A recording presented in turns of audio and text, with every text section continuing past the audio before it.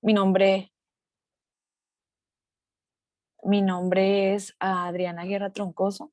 Soy estudiante de doctorado en Ciencia Aplicada de la Universidad Antonio Nariño en la ciudad de Bogotá, en Colombia, y me encuentro realizando mi estancia doctoral en el Tecnológico de Monterrey. Quisiera darle la bienvenida a todos y agradecerles su participación en el ciclo de conferencias Hidrógeno y Movilidad Eléctrica organizado por Relieve. Para el día de hoy estaremos hablando sobre el diagnóstico y análisis de baterías de ion litio para aplicaciones de movilidad eléctrica a cargo del doctor Ferley Alejandro Vázquez. Él es ingeniero de materiales y doctor en ingeniería de materiales de la Universidad de Antioquia, doctorado con énfasis en electroquímica en el desarrollo de materiales activos de cátodo para baterías ion litio. Es investigador asociado en la Universidad de Antioquia y postdoc en la empresa Tronex, con experiencia en la fabricación y diagnóstico de baterías ion litio. Ha realizado estancias en la Universidad de La Plata en Argentina para la formación en el ensamble y diagnóstico de celdas de ion litio, estancia en la Universidad de Hokkaido en Japón, en la caracterización avanzada de materiales activos para baterías ion litio y fabricación de celdas de ion litio en estado sólido. Cuenta actualmente con 13 publicaciones en revistas indexadas. Bienvenido nuevamente, doctor Alejandro. Tiene la palabra. Le recuerdo el tiempo de presentación para posteriormente iniciar con la sesión de preguntas. Adelante.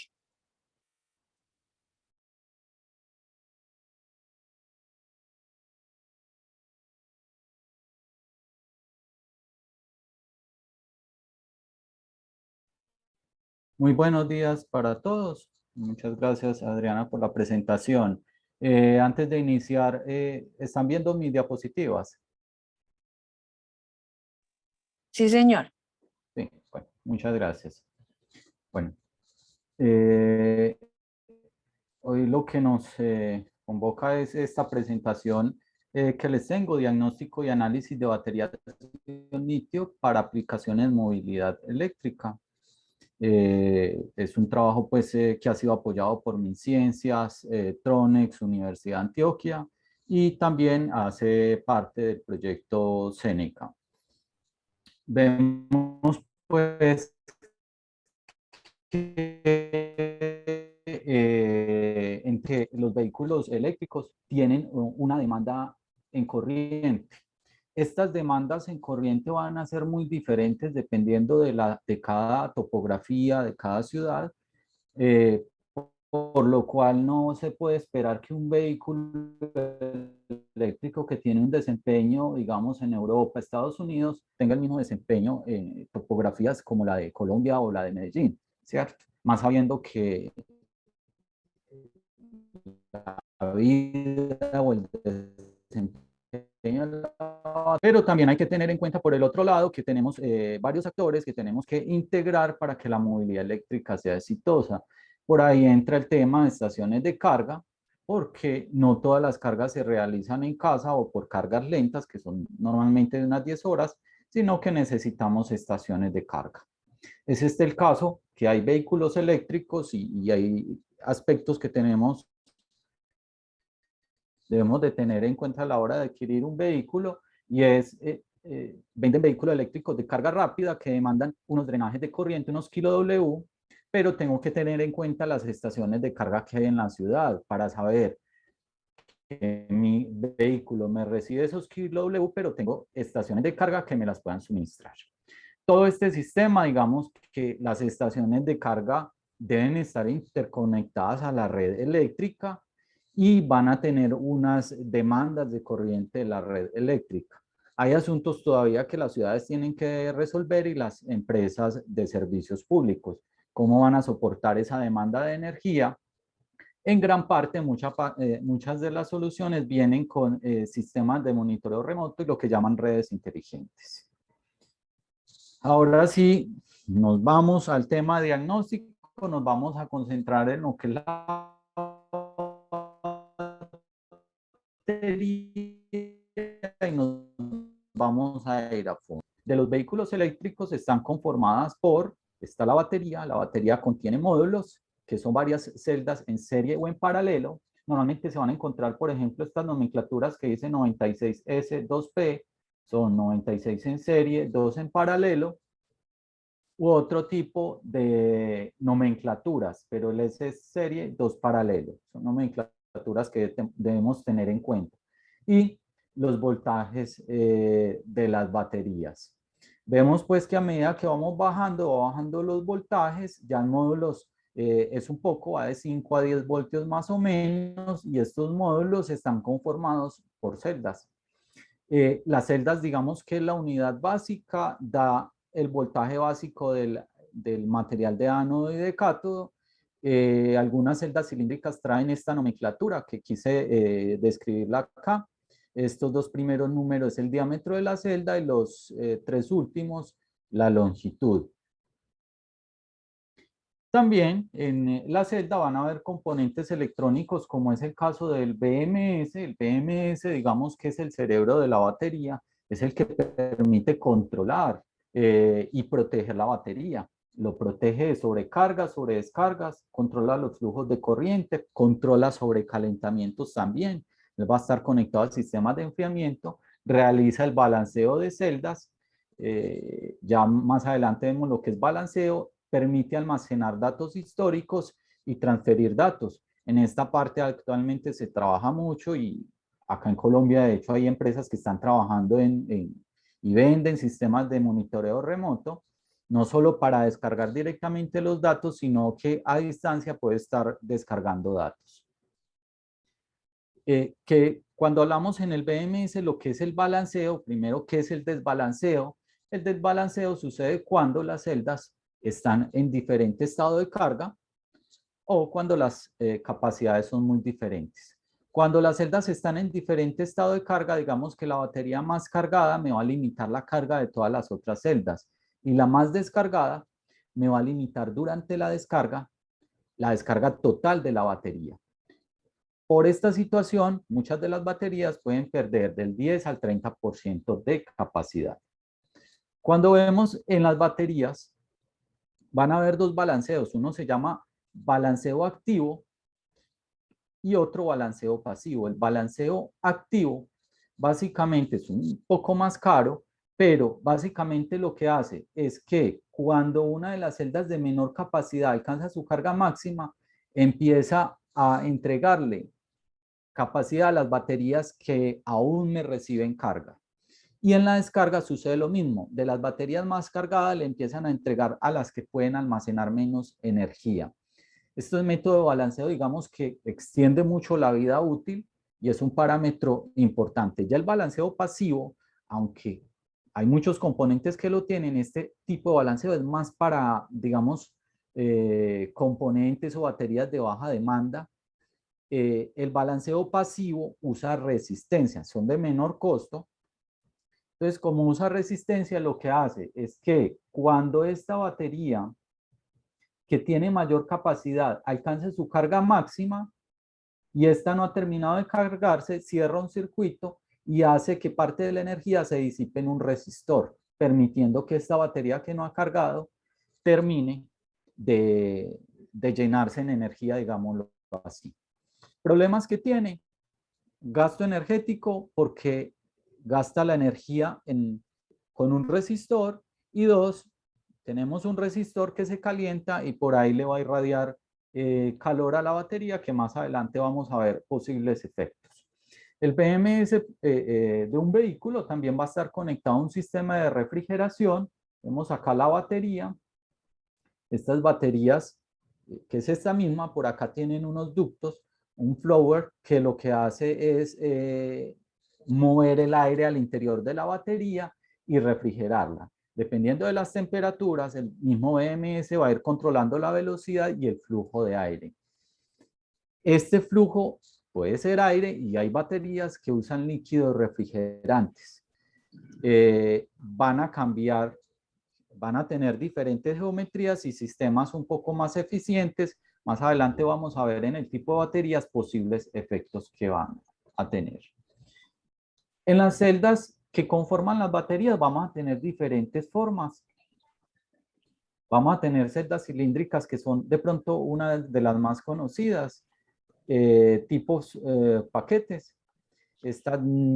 Por el tema, un tema de seguridad, no se usan tanto en vehículos, y por acá vienen las celdas prismáticas. Diferencias entre estas: veíamos que en el tema de enfriamiento, si yo tengo diámetros más pequeños, voy a aportarle mucho al enfriamiento, se me va a facilitar el enfriamiento porque la distancia de disipación de calor es menor. Pero digamos que la densidad energética de estas celdas cilíndricas es menor que estas prismáticas, las cuales me pueden almacenar mayor cantidad de energía, pero son un poco más gruesas y tienen más dificultades en disipación de calor. Las tipo paquete, digamos que son las que pueden almacenar mayor energía por unidad de pesos, pero al tener, digamos, una cobertura tan delgada, por un lado, la permeabilidad de oxígeno es un poco mayor a la cilíndrica y la prismática, y por el otro son más susceptibles a pinchazos, golpes que puedan dañar las baterías. Por acá en las prismáticas actualmente están saliendo unas que se llaman tipo blade o tipo placa. Digamos que estas lo que hacen es solucionar un poco lo del tema del volumen acá con las prismáticas, y lo que hacen es una prismática, pero que sea alargada y más delgada para facilitar el enfriamiento. Internamente esas celdas pueden tener los electrodos. Hay unas que son apilamientos y otras enrollados. En eso se resume la forma en que van a estar configurados los electrodos internamente. Efectos que pueda tener la geometría sobre la temperatura. Normalmente, lo que les decía, las cilíndricas, mejor disipación de calor. Los delta de corriente son un poco menores. Ya por acá con las prismáticas, como tengo distancias más grandes, los delta de corriente son un poco mayores, y por ahí el calentamiento también es un poco mayor. No quiere decir que sean malas, porque a esto van a haber aspectos como este. En la anterior presentación veíamos pues propiedades según la química. Vemos pues qué buscamos nosotros: alta capacidad, alto voltaje y alta estabilidad. Lamentablemente no tenemos todos los componentes en uno solo, pero dependiendo de la geometría se pueden seleccionar materiales. Vemos pues que, por ejemplo, olivinas que son de menor capacidad, menor voltaje, pero son de muy alta estabilidad. Y por acá tenemos los materiales tipo capa, que son óxidos, que son de alta densidad energética, pero por ahí la estabilidad es un poco menor y por ahí se va afectando un poco. Estas litio azufre, digamos que comercialmente las pongo, no han salido, pero están cerca de salir y son de mayor densidad energética. Para que entendamos entonces las baterías, tenemos que entender, veíamos en la anterior charla, materiales de cátodo, materiales de ánodo. En la celda completa, digamos que el voltaje de esa celda completa me lo va a dar la resta de la capacidad del cátodo menos la capacidad del ánodo. Normalmente en ánodo se utilizan materiales tipo grafito, aunque por ahí otros que están investigando para aumentar densidad energética, estabilidad. Y por acá vemos que la idea es que sea mayor el voltaje, mayor la capacidad, que esta área sea máxima para aumentar la capacidad. Y vemos también efectos que llaman formación de SEI, y es que durante el primer, segundo y tercer ciclo se forma una capa pasiva sobre el ánodo. Esto me consume litio, entonces parte de esta capacidad se va a perder. Digamos que esta formación de SEI, esto no llega al consumidor o al que compra la batería, porque esto lo hace el fabricante. Voy a retomar un poco estas estructuras para que entiendan después cómo se comportan un poco diferentes las propiedades. Acá, cuando le hable de óxidos tipo capa, básicamente los litios están intercalados entre capas. Eso quiere decir que cuando saco los litios, esas capas se pueden cerrar un poco. Las espinelas, las olivinas ya tienen estructuras tridimensionales, en los cuales la espinela es un poco menos estable porque, digamos, tengo muchos sitios activos, puedo sacar los iones totalmente de la estructura, y la disolución del manganeso. Por el lado de los fosfatos de hierro u olivinas, estos tienen sitios o espacios estructurales que no son activos. Esto le da estabilidad a la estructura, actúan como soporte y tienen bajos cambios volumétricos. En esta, actualmente hay muchos materiales ya a nivel comercial, muchas baterías que tienen ya temas de patentes de nanoplacas o nanoestructuras. Entonces, veíamos pues que, justo como lo decía, el tema de estabilidad y entonces ya nos metemos a estabilidad térmica. Justamente estos materiales tipo capa son de menor estabilidad térmica y las olivinas o los espinelas tienen una más alta estabilidad térmica. Esto tiene que ver desde la estabilidad estructural, desde los mismos metales de transición que usa. El hierro es un poco menos activo que el níquel y el manganeso en cuanto a reacciones espontáneas. ¿Qué quiere decir este gráfico? En palabras simples, si yo una celda con estos materiales tipo capa, que son alta densidad energética, las caliento por acá a 180 grados, ocurren reacciones espontáneas, en pocas palabras, explota la batería. O si la perforo, hay llama y hay explosiones. En el caso de las olivinas, no sucede eso. Normalmente hay celdas de materiales tipo olivina que han llegado a perforar por accidentes en procesos de fabricación y no generan llamas y no generan esos procesos tan agresivos. Por acá, pues este gráfico básicamente nos muestra, pues nosotros el cobalto lo bajamos para, digamos, quitar la toxicidad, bajar costos por el alto costo del cobalto. El cobalto pues nos aporta mucho en retención de la capacidad, pero ya se trabaja mucho estos componentes de níquel y manganeso para el tema de baterías ion litio. Se van a encontrar algunas nomenclaturas cuando hablen de las baterías, por ejemplo, hablan de las NMC 532. Recuerden, níquel, manganeso, cobalto quiere decir 5 partes de níquel, 3 de manganeso, 2 de cobalto. Y así con estas otras nomenclaturas. Básicamente la degradación de las baterías se da por varios efectos. Uno es que se pueden despegar los materiales activos de los colectores de corriente.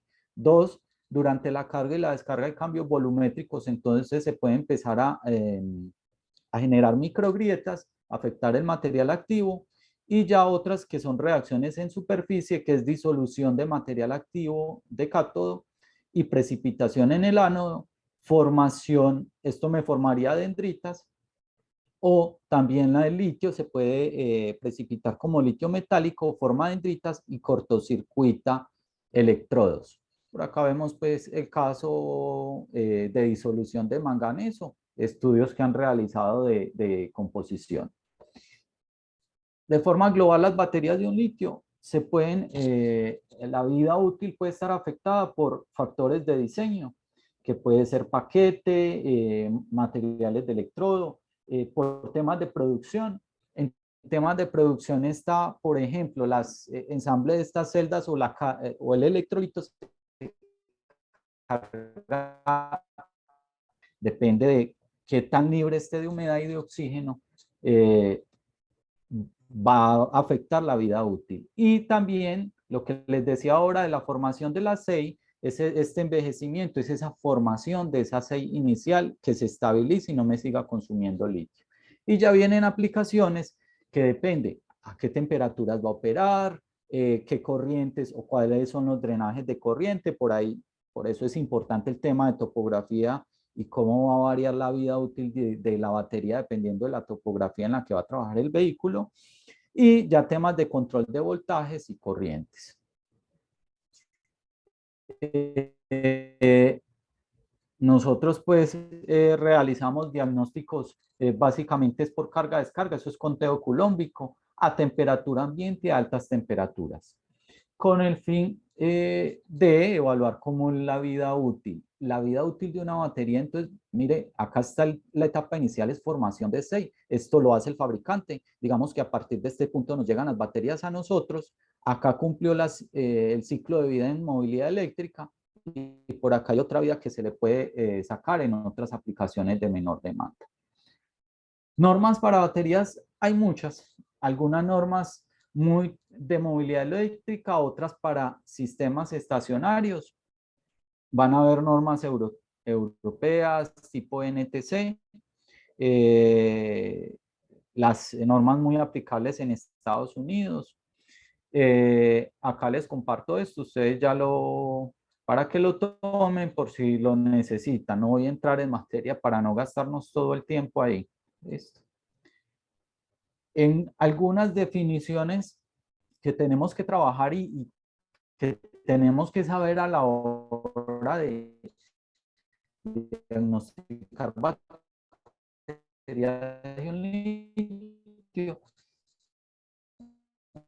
está corriente en amperios, el voltaje es, si yo cruzo este voltaje, ya estoy afectando la vida útil. Voltaje mínimo es voltaje de descarga, está limitado en gran parte por reacciones de oxidorreducción en los electrodos que tengo que evitar que sucedan porque son de baja reversibilidad. Voltaje de ruptura, esto va en carga. A partir de este voltaje se generan daños irreversibles, en muchos casos se inflan las baterías y en otros hay procesos exotérmicos, explotan, en fin. La capacidad es la corriente aplicada por el tiempo de descarga.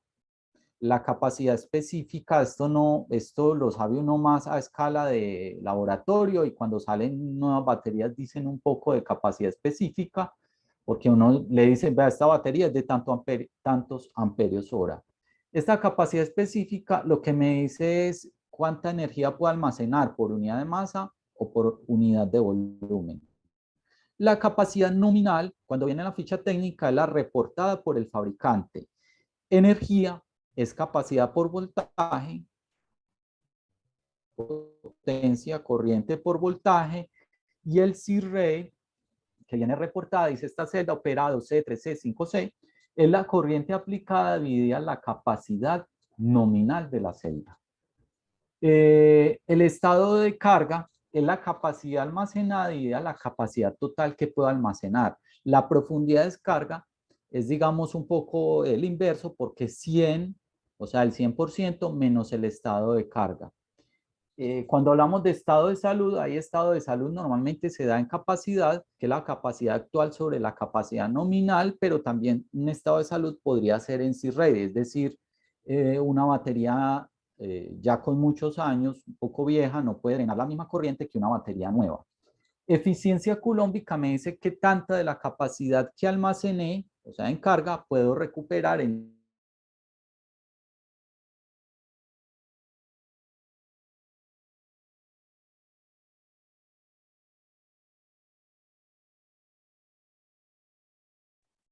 Doctor Alejandro, no lo escuchamos.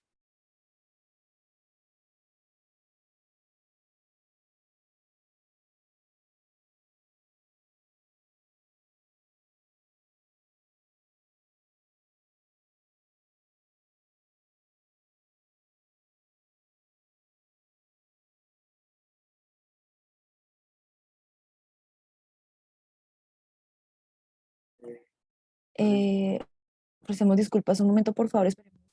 Volvemos a conectar.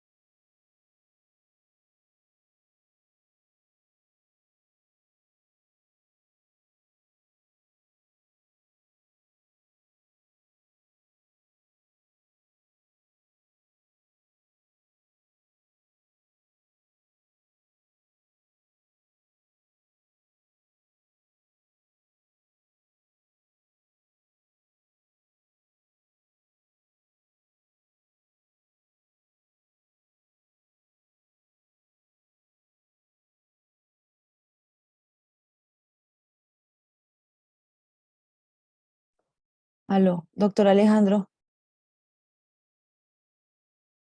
no lo escuchamos. ¿Usted quiere? es que se cayó el audio. Ok. Ahí ya están viendo mis diapositivas. Sí, señor, ya. Ya Sí, puede continuar, listo. doctor. ¿Hasta dónde vieron, perdón? Hasta acá. Hasta esa, creo. Sí, hasta ahí. Esta ya la habían visto. La de las ecuaciones, La la anterior. anterior. La anterior, Ahí listo. quedamos. Sí, Listo. ahí quedamos en las ecuaciones. Listo. Vamos a eficiencia culómbica para ganar tiempo. Digamos que lo ideal de eficiencia culómbica es que yo recupere toda la energía que almacené, la pueda recuperar. Entonces, lo ideal es que sea muy al 100%. Vamos a esta para ganar tiempo. Efecto de profundidad de descarga. Vemos pues que para los materiales tipo capa, que son estos óxidos base cobalto o base níquel manganeso cobalto, hay un gran efecto sobre la profundidad de descarga y vemos que la zona ideal es muy arriba del 60% en profundidad de descarga. Ya para los olivina no es tan significativo y tiene más efecto otros aspectos como vida calendario. En modo de carga de las baterías, nos vamos a encontrar muchos modos. Entre ellos están uno de pulsos de corriente, que digamos que optimiza o entiende que en las baterías la difusión es la que controla los procesos, entonces aplica pulsos de corriente para, digamos, aprovechar el tema de difusión y poder hacer cargas rápidas. Pero muchas de las baterías que vamos a encontrar trabajan en modo que es corriente constante, que es esta curva que llega hasta acá, es decir, aplica una corriente constante hasta un voltaje y ya abre el circuito y quedó cargada la batería. Y yo pongo el puntero y también está corriente constante, voltaje constante, que es la cargo hasta un voltaje, ahí sostengo el voltaje y espero hasta que la corriente caiga a un mínimo. En este lo que hago es aprovechar al máximo la capacidad de la celda y permitir que todos los iones litio salgan del cátodo y se intercalen en el ánodo. Acá les quería mostrar la diferencia entre una celda a la misma velocidad, a la misma corriente, hasta el mismo voltaje de corte y con la misma velocidad de descarga. Solo que se cargaron diferente. Esta negra a corriente constante y esta corriente constante, voltaje constante. Vemos pues que la que se cargó a corriente constante perdió básicamente un 20% de capacidad.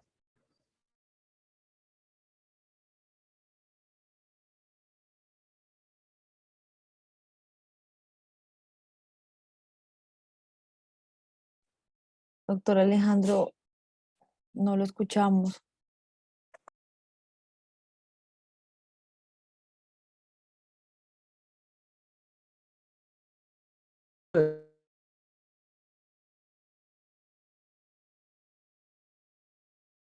Creo que tiene problemas con la conexión.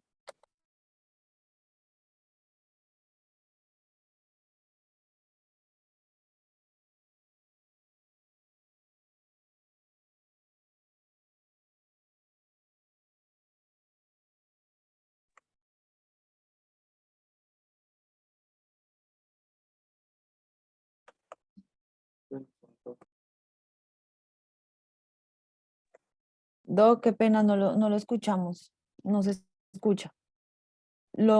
Vemos su Ya, estación. Ah, ok.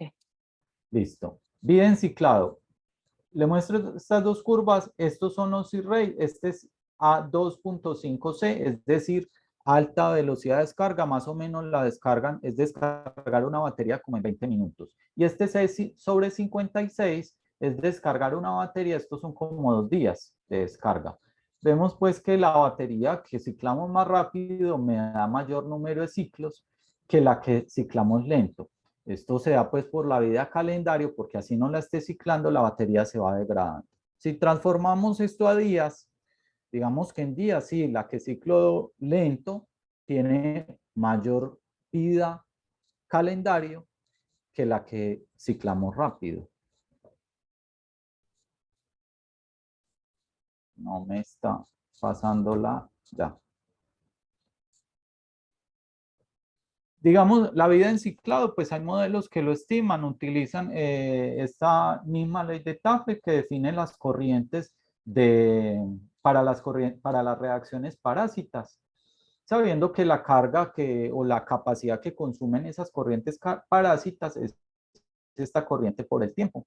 Y ya estiman modelos para proyectar vida útil. En el caso del C-Rate, vemos pues que la capacidad puede ser afectada por el C-Rate. Algunos materiales, digamos, pueden retener mayor capacidad a C-Rate, pero no solo la capacidad, sino que el voltaje me puede caer. Esto era lo que les decía ahora. Muchos hacen el estado de salud por capacidad, pero puede ser por C-rate también. Y sería importante porque digamos que una batería que antes podía descargar en media hora, quizás ya después de 2 años la pueda descargar en una hora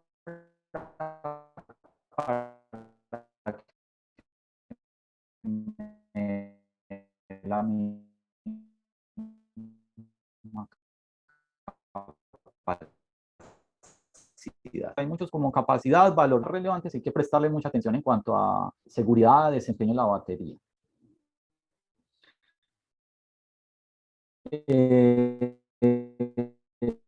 También la ficha técnica me va a reportar temperaturas de operación, resistencia óhmica. Ahí resulta que esta batería no me está dando la capacidad, pero es que no se está cargando como lo recomienda el mismo fabricante.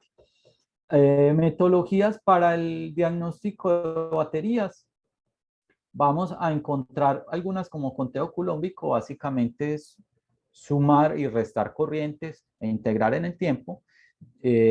Distancia promedio de Frenkel, que utiliza, digamos, inteligencia artificial, de hecho lo usan para reconocimiento facial, lo que usa es comparar perfiles de carga-descarga con perfiles ya conocidos. La gran dificultad, aunque puede ser in situ, es que necesito una base de datos muy amplia para tener esos perfiles para comparar. El delta de voltaje, que en sí lo que me mide es un poco este tema de ecualización de las baterías o el desbalanceo de baterías. Espectroscopía de impedancia electroquímica, que ya lo que hace es que me determina la resistencia de los diferentes subprocesos al interior de las celdas. Capacidad incremental, que básicamente se hace a partir de los perfiles de carga, y resistencia interna, que es un poco más rápida. En conteo culómbico, básicamente lo que hace es el estado de carga inicial, y por acá lo que me hace es sumar y restar cargas que entran y salen de la batería para dar el estado de carga actual. Muchos de los sistemas de monitoreo remoto trabajan con conteo culómbico. Ojo, que asume este método que el estado de salud 100% y que la eficiencia culómbica es del 100%. Capacidad incremental aprovecha algo y funciona muy bien para las tipo Livina, para los tipo capa no andan tan bien, y es que básicamente el voltaje de descarga o de carga, perdón, del material de cátodo de la olivina es totalmente plano. Estas meseticas que ven acá es del ánodo.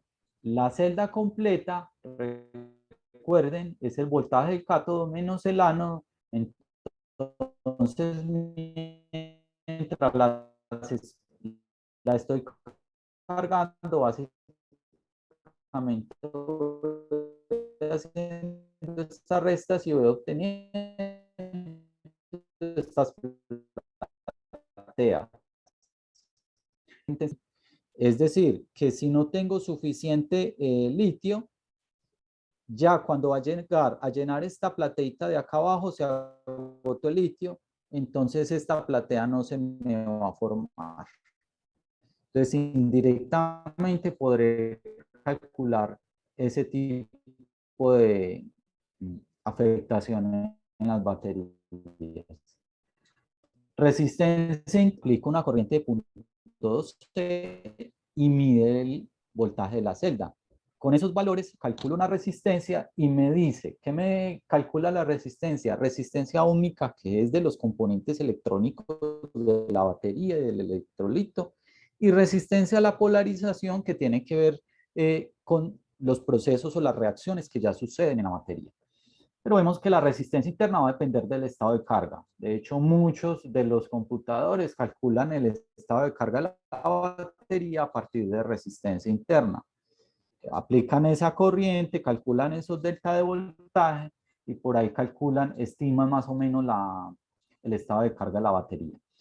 Importancia de esta resistencia interna, que esta resistencia interna, cuando estamos descargando una batería, nos va a generar unas caídas óhmicas. Esto es, dependiendo de la resistencia interna y de la corriente, el voltaje de descarga me va a caer. Véanlo acá. De acuerdo al C-rate, cuando aumenta el C-rate quiere decir que estoy aumentando la corriente. Mire que me va cayendo el voltaje. Esto es importante porque por un lado me va a afectar la densidad energética, porque recuerde que la densidad energética es voltaje por capacidad, y por el otro, si aplico corrientes muy altas, se me puede salir de la ventana de estabilidad y puedo afectar las baterías. En Eh, doc- este, Doctor sí, Alejandro, qué pena, tiene 5 minutos para listo. terminar. Gracias. Acá ya vamos cerrando. Otros métodos como espectroscopía de impedancia me permiten hacer un seguimiento y un estudio de mecanismos de degradación de las baterías. Acá este era para celdas y este es para módulos a diferentes estados de carga. Importante que como lo hacemos en baterías, tenemos celdas en serie y en paralelo, pueden estar en diferentes estados de carga y por ahí los errores se me pueden aumentar. Técnicas también de ultrasonido, que esto es para celdas individuales y lo que hacen es pasar una onda de ultrasonido a través de la celda. Esa onda va a interactuar con el material muy diferente o con los defectos y digamos que la onda de salida va a tener o se va a retardar de una manera diferente. Las baterías que salen de movilidad eléctrica se pueden aprovechar la vida útil en una segunda vida. Por acá es parte del proyecto que se ha montado con Tron, es una nueva empresa, Recovad, y es tomar esas baterías de movilidad eléctrica y llevarlas a aplicaciones estacionarias. Ya tenemos dos baterías que se han fabricado con sistema de monitoreo de economía circular para recuperar componentes. Viene mucho a futuro. A futuro viene electrolitos sólidos que soluciona todo el tema de flamabilidad. No sé si han visto los vehículos de Tesla que, que después del tema de inundaciones se han incendiado varios. Ya con este se solucionaría y aumentaríamos densidad energética por varias cosas, que es de mayor capacidad y dos, se llaman libres de ánodos, no es que sean libres de ánodos, sino que no usan grafito, sino directamente litio y por ahí reducen un poco el volumen. En densidad energética también se trabaja en estas olivinas de hierro, ya empezar a meter manganeso. Nosotros hicimos un trabajo, no manganeso, hierros, sino dopando un poco con vanadio para aumentar el voltaje. De azufre, que ya ando ganando bien en los líquidos, tienen todavía muchos problemas, teniendo capacidades de 4, 5, 6 veces superiores a las actuales. Litio aire que son litio aire, son litio oxígeno. Tienen que tener esta cápsula acá arriba en solo oxígeno, porque ya el CO2 o el nitrógeno del aire, digamos, contaminan los catalizadores del cátodo. Y recubrimientos también para proteger materiales activos. Nosotros hemos trabajado algunos recubrimientos acá para proteger y extender vida útil. Estabilizantes de SEI, esos son aditivos en los electrolitos. Vienen electrolitos sólidos, poliméricos, líquidos iónicos, que lo que hacen, digamos, evitar esa reacción entre electrolito líquido y material activo, solucionaríamos eso. Y en cuanto a seguridad, ya en materiales de ánodo se está trabajando mucho en silicio actualmente por la alta capacidad con respecto a grafito. Digamos que puede ser unas 5 veces mayor a la del grafito. Con eso aumentamos densidad energética. Y algunos trabajos con estos materiales libres de C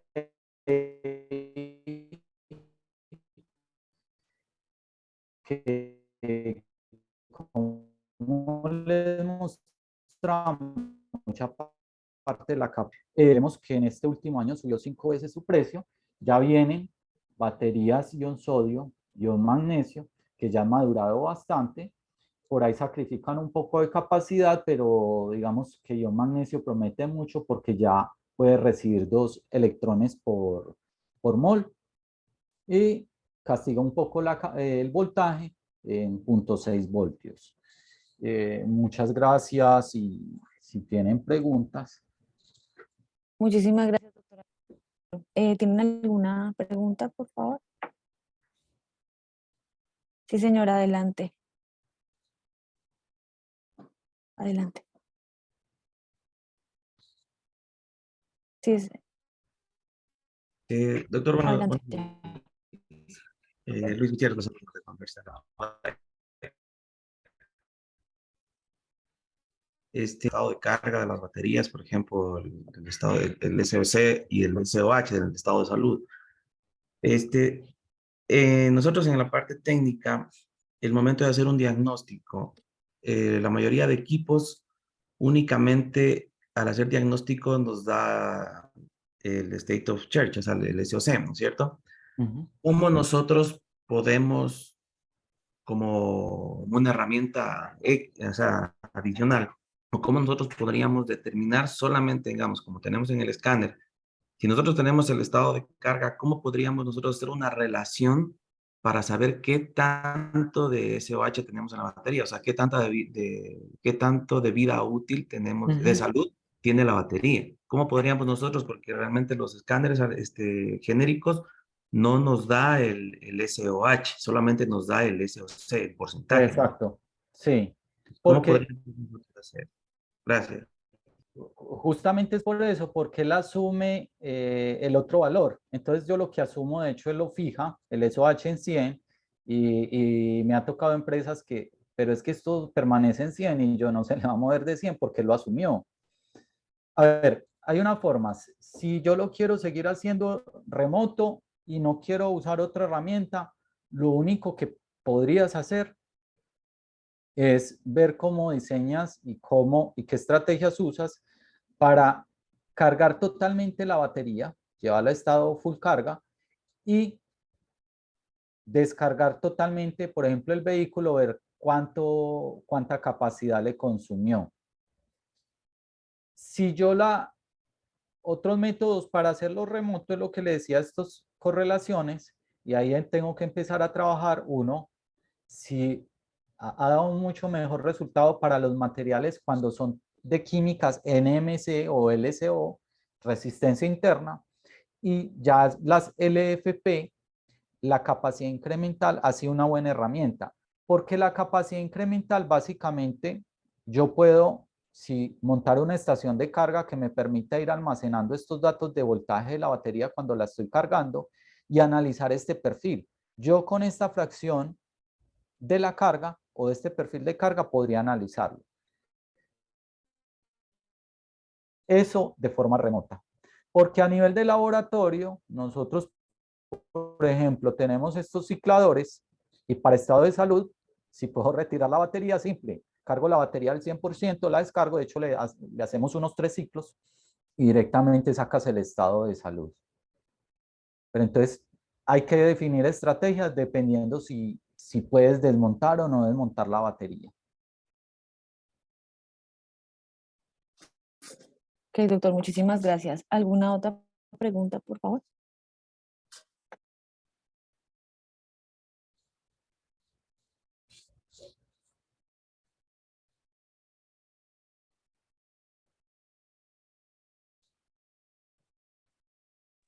Bueno, no hay más comentarios ni preguntas.